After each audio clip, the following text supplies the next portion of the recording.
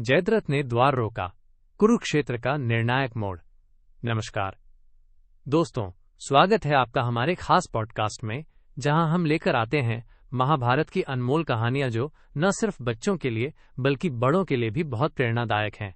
आज हम बात करने वाले हैं उस महाकाव्य के एक बेहद महत्वपूर्ण और दिलचस्प अध्याय की, जहां जयद्रथ ने कुरुक्षेत्र के युद्ध में एक ऐसा कदम उठाया जिसने पूरी कहानी का रुख बदल दिया।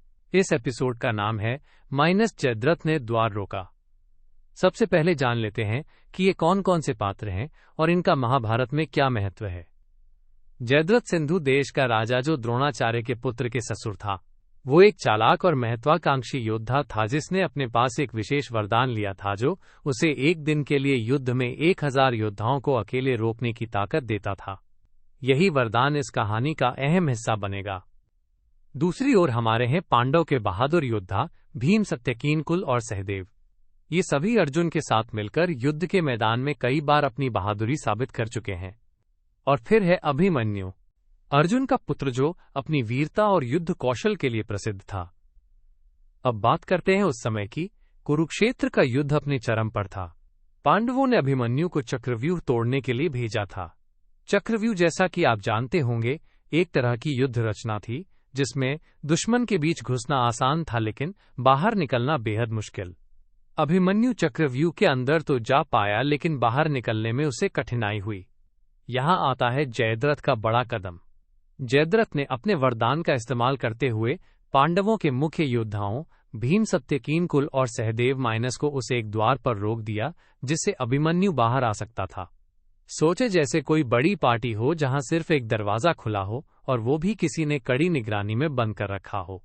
पार्टी के मेहमान अंदर फंसे रहे, बाहर निकलना मुश्किल हो जाए। ठीक वैसा ही हुआ।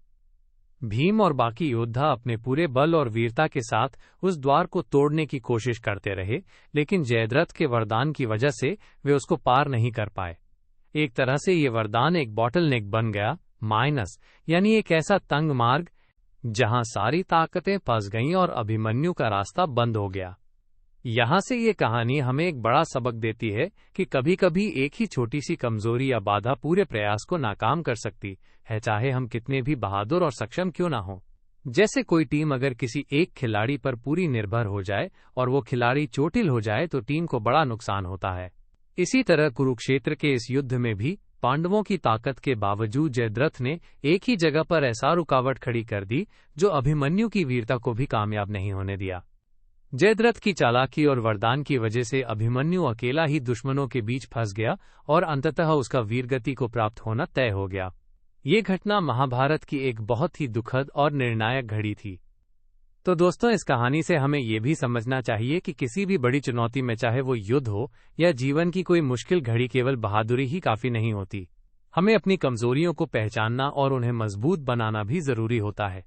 एक छोटी सी कमी, एक तंग रास्ता पूरे मकसद को रोक सकता है।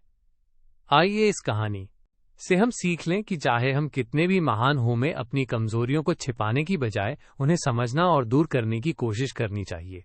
तभी हम अपनी मंजिल तक बिना बाधाओं के पहुंच पाएंगे।